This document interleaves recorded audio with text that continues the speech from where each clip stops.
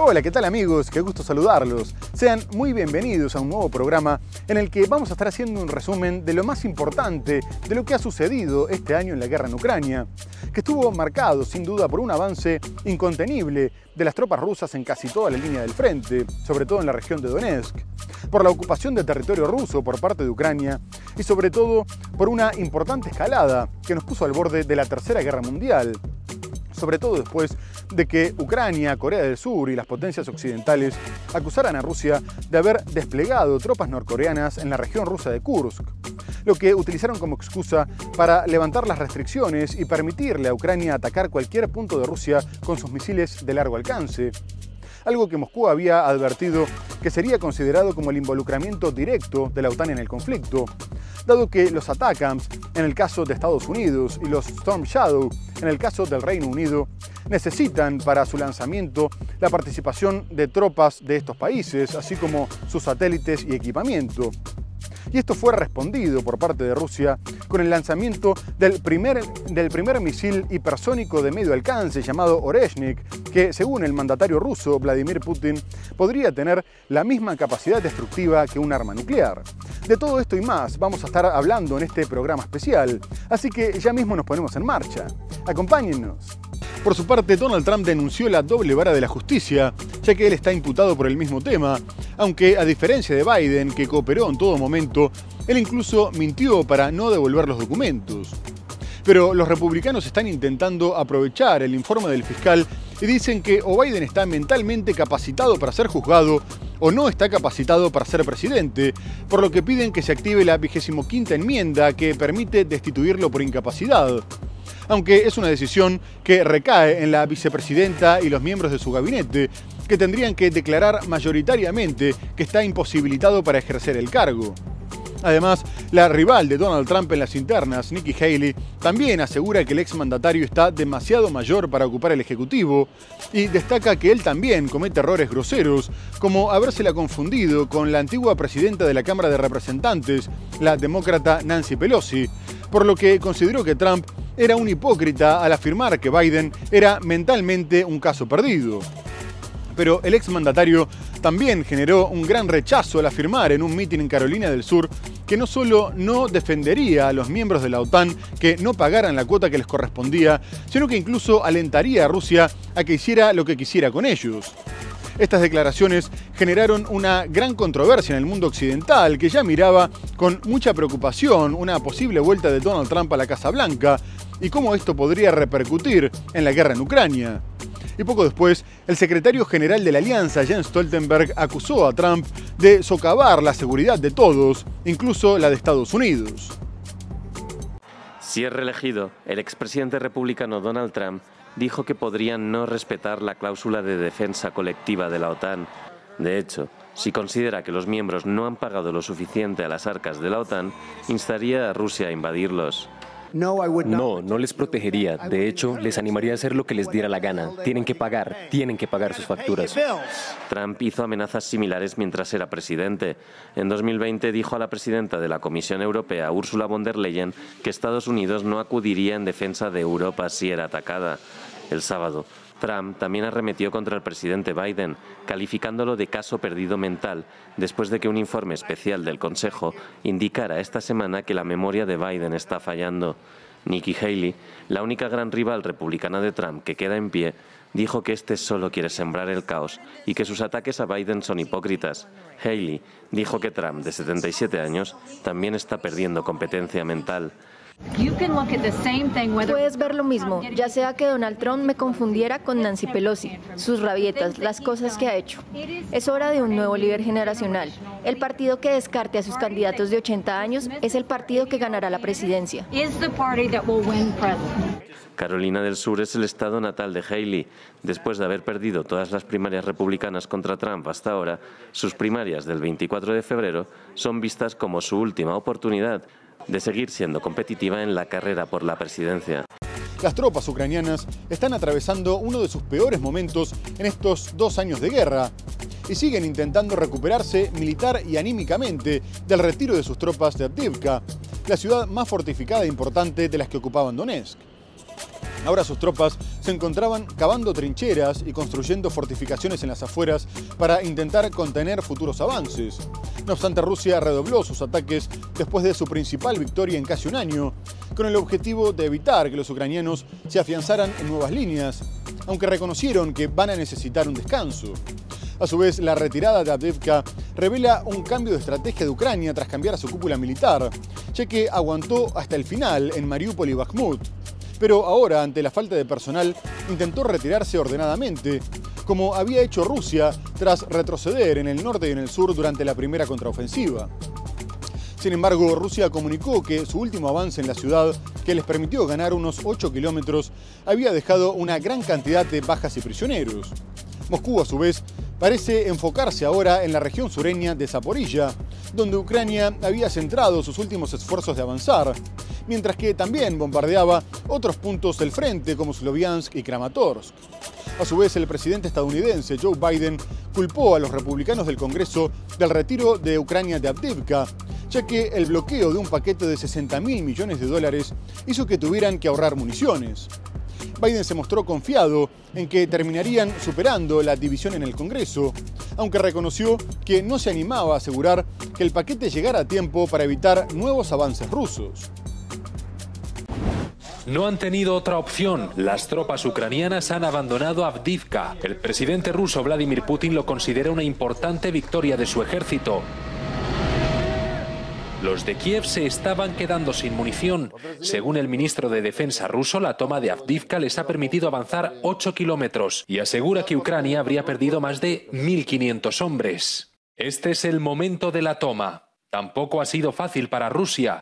Según Kiev, las tropas de Putin han perdido unos 47.000 soldados en esta operación que comenzó hace 4 meses. Y en Kramatorsk, bombas y misiles rusos han matado a 4 civiles, según las autoridades locales. Eso sucede en el este. En el sur también hay movimientos. Rusia ha pasado al ataque para tratar de recuperar el terreno que Ucrania había reconquistado en la contraofensiva del verano. Y mientras las tropas ucranianas tratan de repeler los ataques, el presidente Biden expresó su confianza de que el Congreso apruebe finalmente el paquete de ayuda para Ucrania. The idea that we're going to let NATO begin to split is totally against the interests of the United States of America, and it is against our word we've given since all the way back to Eisenhower. Sin embargo, preguntado sobre si los fondos llegarán antes de que Ucrania pierda más territorio, el presidente Biden dijo no confiar en ello. Muchos analistas señalan que la pérdida de la ciudad de Avdiivka ha estado influida por la falta de ayuda estadounidense y en gran medida por la escasez de munición de artillería. Pero mientras tanto, la OTAN continuó su expansión, después de que el Parlamento de Hungría aprobara el proyecto para que Suecia entrara formalmente en la alianza, dejando atrás 200 años de neutralidad. El visto bueno de Budapest era el último que le faltaba, en un proceso que terminó siendo mucho más difícil de lo que se esperaba en un principio, dado que Turquía le había cerrado las puertas hasta que realizara reformas antiterroristas, ya que Estocolmo brindaba refugio a los miembros del Partido de los Trabajadores del Kurdistán, considerado como terrorista por Ankara. Además, el país ha permitido quemas del Corán como forma de protesta, sosteniendo que estaba dentro de la libertad de expresión, lo que también fue condenado por el gobierno de Recep Erdogan. A su vez, el mandatario húngaro Viktor Orbán había confirmado que terminarían aceptando a Suecia, aunque seguía habiendo algo de incertidumbre porque es visto por sus socios como imprevisible. Pero todo esto quedó atrás y el primer ministro Ulf Kristersson sostuvo que era un día histórico y que su ingreso a la alianza era una cuestión lógica dadas las circunstancias actuales, mientras que el secretario general de la alianza, Jens Stoltenberg, destacó que el país se dirigía a destinar a defensa el 2% de su Producto Interno Bruto, haciéndolos más fuertes, y destacó que la puerta de ingreso permanecía abierta, por lo que Putin no había tenido éxito en su intento de frenar su expansión. Rusia considera que el avance de la alianza hacia sus fronteras es una amenaza, sobre todo si contempla el traslado de armas nucleares, y advierte que esto aumentará las tensiones peligrosamente. Visto bueno de Hungría para el ingreso de Suecia a la OTAN. El Parlamento húngaro ratificó el lunes la adhesión del país nórdico a la Organización del Tratado del Atlántico Norte por una contundente mayoría de 188 votos a favor y 6 en contra. Los legisladores levantaron así el último de muchos obstáculos que enfrentó Suecia para ser admitida en la alianza militar, como una dura negociación con Turquía. El primer ministro sueco, Ulf Kristersson, dijo que se trataba de un día histórico. Suecia deja atrás 200 años de neutralidad y no alineamiento. Es un gran paso. Debemos tomarlo en serio, pero es también un paso muy natural que tomar. Suecia, que se convertirá en el 32º miembro de la OTAN, lanzó su postulación en mayo de 2022, después del inicio de la invasión rusa de Ucrania. Lo hizo al mismo tiempo que Finlandia, que fue admitida en abril de 2023. Estocolmo y Helsinki rompieron con años de no alineamiento, luego de que el conflicto en Ucrania marcara un cambio drástico en la opinión pública. Las Fuerzas Armadas suecas cuentan con 50.000 soldados, de los cuales cerca de la mitad son reservistas, y el primer ministro declaró en enero que su país está dispuesto a proveer tropas a las fuerzas de la OTAN en Letonia. Geopolíticamente, tras el ingreso de Finlandia, la entrada de Suecia implica para Rusia que el mar Báltico está ahora rodeado de países miembros de la OTAN. Finalmente no hubo sorpresas y el presidente Vladimir Putin renovó su mandato hasta el 2030, con un apoyo que superó el 87% de los votos. A su vez, los candidatos opositores, un comunista, un ultranacionalista y un liberal, apenas superaron el 10% entre todos. El proceso se desarrolló sin demasiados inconvenientes, más allá de que Ucrania aseguró que había hackeado el sistema electoral, y fueron convocadas algunas protestas contra el gobierno, que derivaron en alrededor de 70 arrestos. La oposición, sobre todo, pidió votar a una hora determinada, como muestra de rechazo al mandatario, en lo que se llamó Mediodía contra Putin. Poco más tarde, el presidente salió a agradecer el histórico apoyo y destacó la unidad y la confianza en el país, que se evidenció también por una participación superior al 74%, mientras algunos sectores pedían boicotear el proceso. A su vez, Putin se refirió a la muerte de Alexei Navalny, el opositor que murió recientemente mientras estaba en una prisión del Ártico por extremismo, y dijo que hubiera aprobado un intercambio con otros presos en Occidente, con la condición de que no regresara nunca más. Y agregó que su muerte había sido trágica, pero que no era la primera vez que alguien moría estando en prisión, como también sucedía en Estados Unidos. Por otra parte, la elección también generó polémica, no solo por la apertura de colegios electorales en las regiones independentistas de Moldavia, sino también porque en las regiones en disputa controladas por Moscú, las autoridades aprobaron urnas móviles que iban puerta por puerta por motivos de seguridad, mientras que Ucrania y la oposición denunciaban que era una intimidación. Cierran los colegios electorales rusos entre protestas en Rusia y en Europa. Los resultados preliminares dan una esperada victoria para el presidente Vladimir Putin. Según la Comisión Electoral Central, Putin habría obtenido el 87% de los votos, con la participación en máximos históricos. En un discurso el domingo, el presidente ruso recordó al líder de la oposición, Alexei Navalny, y aseguró que había planes de intercambiarlo antes de su muerte. Человек, который со мной говорил, еще фразу не закончил. Я сказал, я согласен. Но, к сожалению, вот случилось то, что случилось. Только при одном условии сказал, что мы его поменяем, и чтобы он не возвращался, пускай там сидит. Вот и все. Но это случается. Ничего здесь с этим не поделаешь. Poco antes de su muerte, Alexei Navalny llamó a los oponentes de Putin a reunirse en los colegios electorales el domingo a mediodía y votar a cualquiera menos a Putin.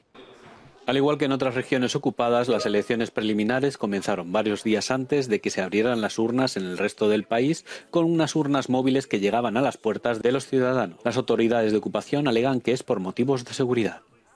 El gobierno ucraniano lo considera un intento de aumentar artificialmente el recuento y de intimidar claramente a los votantes. Tras los atentados que tuvieron lugar en Moscú el pasado 22 de marzo, la tensión entre Rusia y Ucrania volvió a aumentar, dado que el presidente Vladimir Putin aseguró que Kiev estaba involucrado. una rama del Estado Islámico se atribuyó el ataque a una sala de conciertos de la capital, dejando un saldo de por lo menos 140 muertos y 180 heridos. Pero los responsables fueron interceptados en una carretera de la región de Briansk mientras intentaban escaparse hacia Ucrania, por lo que el mandatario sostuvo que había indicios de que Kiev les había preparado una ventana para que pudieran cruzar la frontera.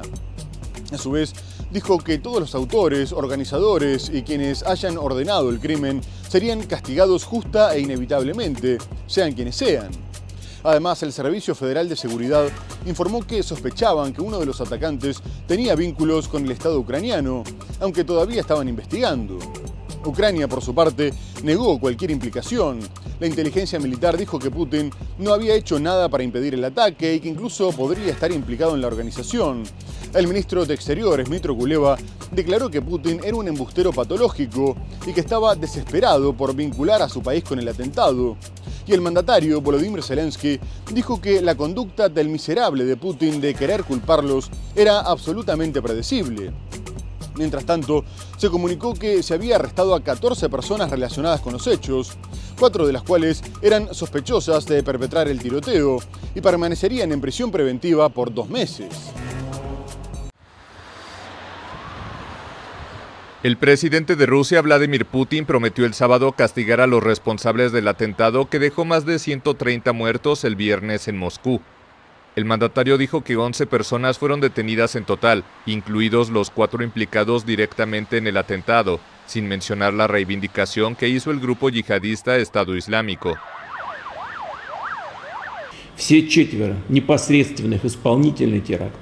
Los 4 perpetradores de este acto terrorista que dispararon y mataron a gente han sido detenidos.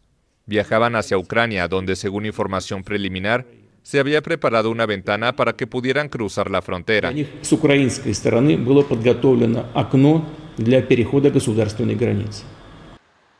Ucrania ha negado cualquier vínculo con el ataque y afirma que Rusia busca la forma de echarle la culpa. Según medios rusos, algunos de los sospechosos son originarios de Tayikistán.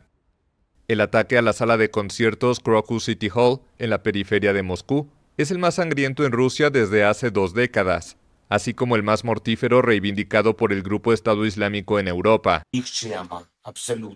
Путін замість того, щоб займати своїми громадянами Росії, звертатись до них, добу мовчав, думав, як це притягнути до України. Все абсолютно передбачено. Тих сотень тисяч росіян, які зараз вбивають на українській землі, точно вистачило би, щоб зупинити будь-яких терористів. Los asaltantes emplearon armas automáticas y provocaron un gran incendio con líquido inflamable, según la investigación, que reveló que las personas murieron por heridas de bala y por inhalar humo del incendio. Y mientras Rusia continúa con los bombardeos, con el objetivo de desmoralizar a los ucranianos con la destrucción de infraestructura energética y preparar el terreno para una ofensiva que, según calculan las autoridades ucranianas, se estaría llevando a cabo en 2 meses, Ucrania sigue preocupada por la falta de munición y las trabas al paquete de ayuda de Estados Unidos.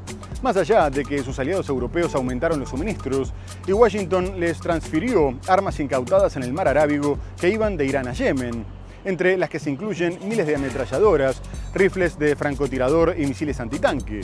Además, la OTAN intenta anticiparse a una posible victoria de Donald Trump en las elecciones norteamericanas, después de que este adelantara que iba a cortar toda la ayuda, y busca asegurar un paquete de $100.000 millones en 5 años.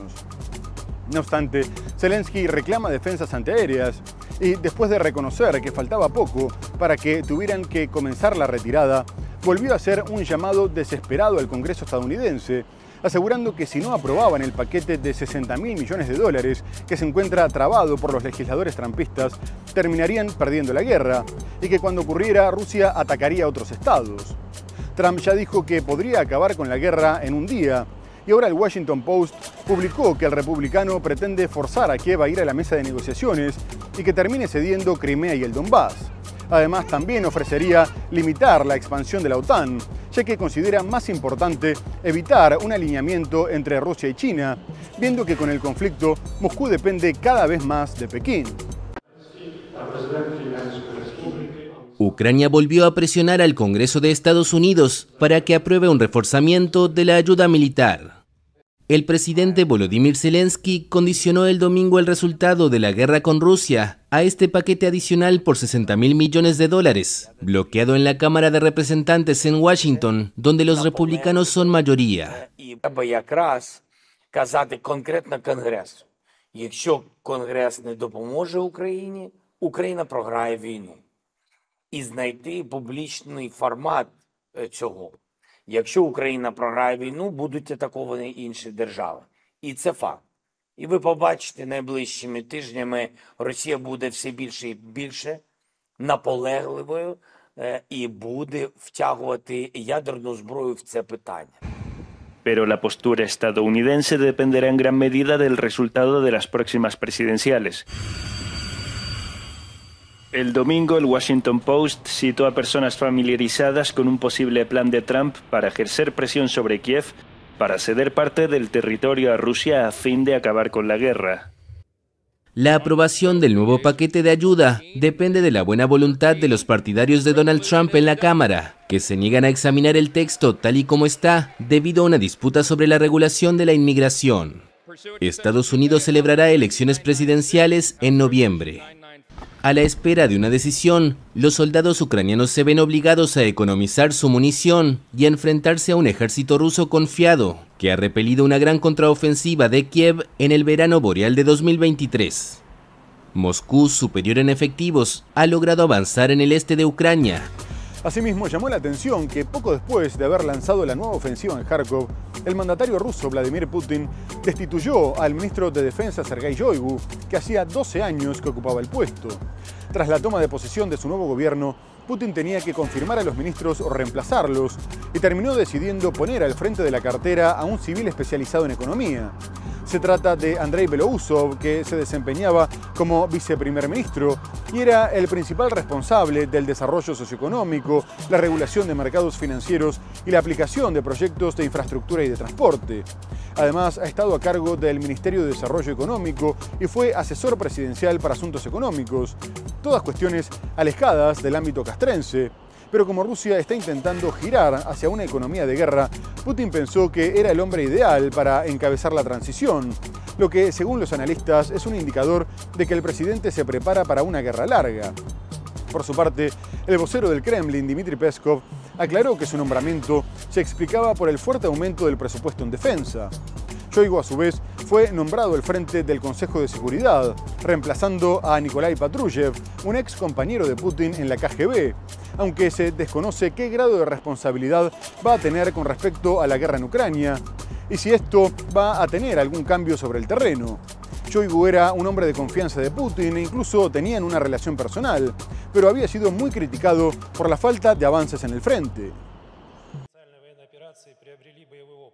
El ministro de Defensa de Rusia, Sergei Shoigu, fue relevado de su cargo este domingo y designado secretario de Consejo de Seguridad, según un decreto publicado por el presidente Vladimir Putin. Shoigu sustituye así a Nikolai Patrushev, aliado de larga data de Putin, como secretario del Consejo de Seguridad en el marco de esta importante remodelación de la cúpula militar rusa, tras más de 2 años de ofensiva en Ucrania.